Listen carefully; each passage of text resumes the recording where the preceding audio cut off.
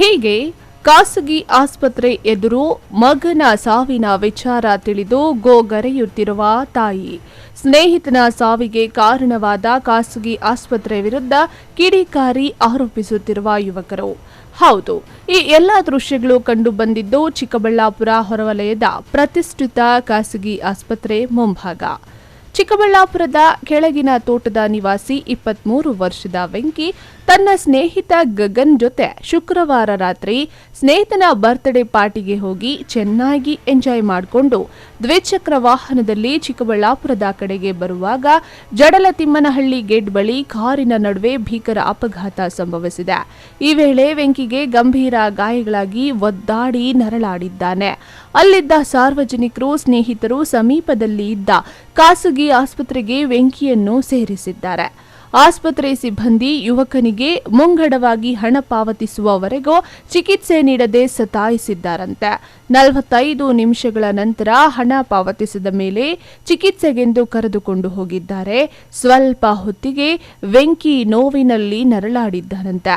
ನಂತರ ಐಸಿಯುಗೆ ಶಿಫ್ಟ್ ಮಾಡಿ ರಾತ್ರಿಯೆಲ್ಲ ಚಿಕಿತ್ಸೆ ನೀಡಿ ಚೆನ್ನಾಗಿ ಚೇತರಿಕೆ ಕಂಡಿದ್ದಾನೆಂದು ಪೋಷಕರಿಗೆ ತಿಳಿಸಿದ್ದಾರಂತೆ.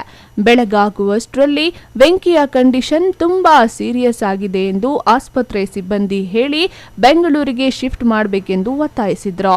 ಇದಾದ ಬಳಿಕ ಶನಿವಾರ ಬೆಳಗ್ಗೆ 9 ಗಂಟೆಗೆ ವೆಂಕಿ ಇನ್ನಿಲ್ಲವೆಂದು ಪೋಷಕರಿಗೆ ಮಾಹಿತಿ ನೀಡಿದ್ದಾರೆಂದು ಕೇಳಿ ಬಂದಿದೆ.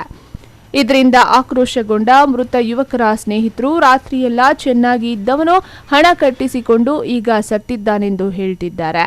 ಆಸ್ಪತ್ರೆಯ ಸಿಬ್ಬಂದಿಯ ನಿರ್ಲಕ್ಷ್ಯದಿಂದ ನಮ್ಮ ಸ್ನೇಹಿತ ಬಲಿಯಾಗಿದ್ದಾನೆಂದು ಆರೋಪಿಸಿದ್ದಾರೆ.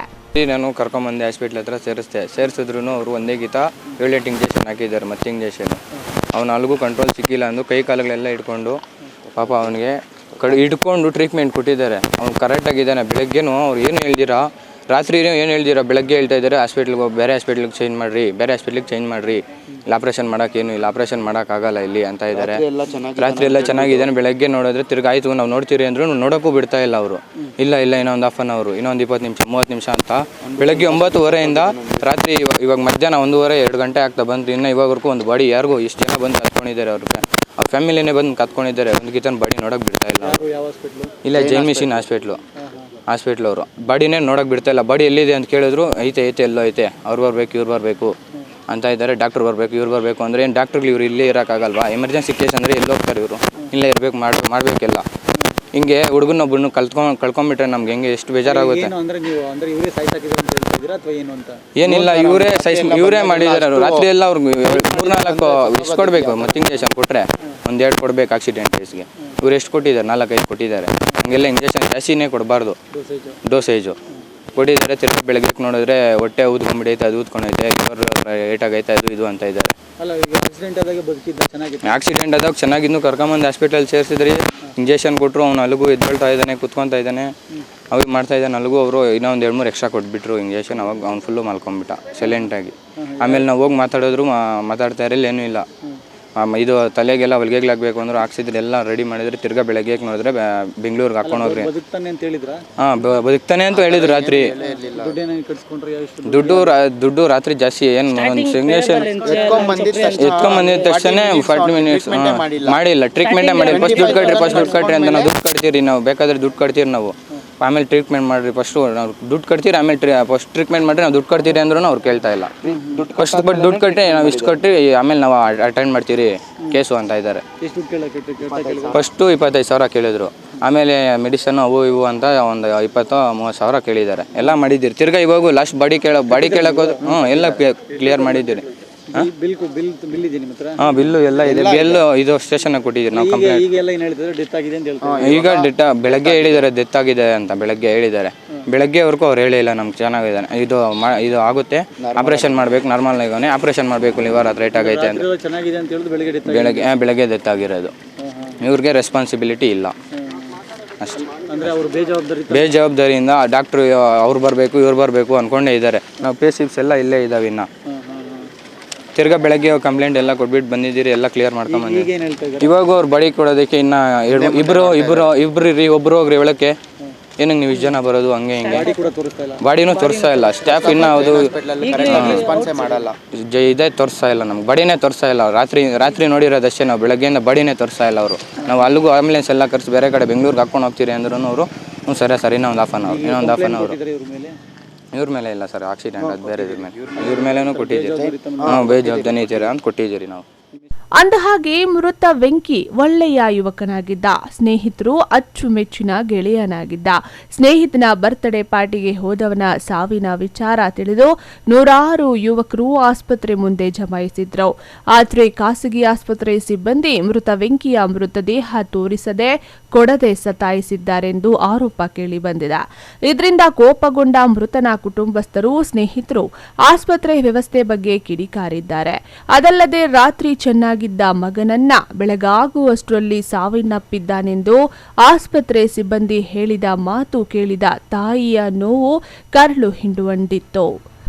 ವೆಂಕಿ ರಾತ್ರಿ ಆಕ್ಸಿಡೆಂಟ್ ಆಗೈತೆ, ಬೆಳಗ್ಗೆ 9:15 ಕೊಡ್ತೀರ ಅಂತ ಹೇಳಿದ್ದು. ಇವಾಗೂ ಕೊಟ್ಟಿಲ್ಲ, ನಮಗೆ ತೋರಿಸು ಇಲ್ಲ, ಕೊಟ್ಟು ಇಲ್ಲ. ಯಾರು? ಇವರೇ ಡಾಕ್ಟ್ರು, ಯಾವ ಡಾಕ್ಟರ್? ಜೈನ್ ಹಾಸ್ಪಿಟ್ಲರು. ಏನಂತ ಆಡಿಸ್ತಾರೆ?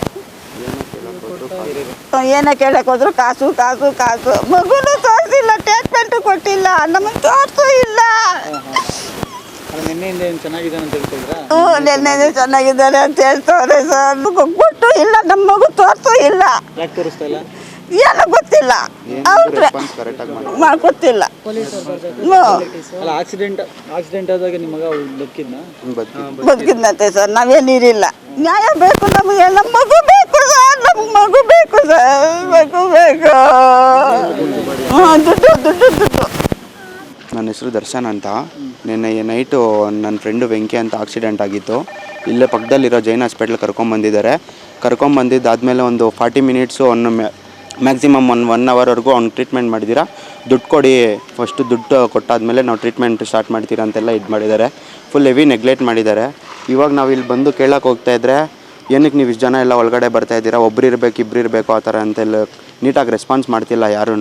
ಬಂದಾಗ ಪೇಷಂಟ್ನ ಕರ್ಕೊಂಬಂದಂಗೂ ಅಷ್ಟೇ, ಮ್ಯಾಕ್ಸಿಮಮ್ ಒಂದು ಆಕ್ಸಿಡೆಂಟ್ ಆಗಿರೋ ಹುಡುಗನಿಗೆ ಒಂದು 2 ಇಂದ 3 ಇಂಜೆಕ್ಷನ್ ಕೊಡ್ಬೋದು. ಒಂದು 7-8 ಇಂಜೆಕ್ಷನ್ಸ್ ಕೊಟ್ಬಿಟ್ಟಿದ್ದಾರಂತೆ.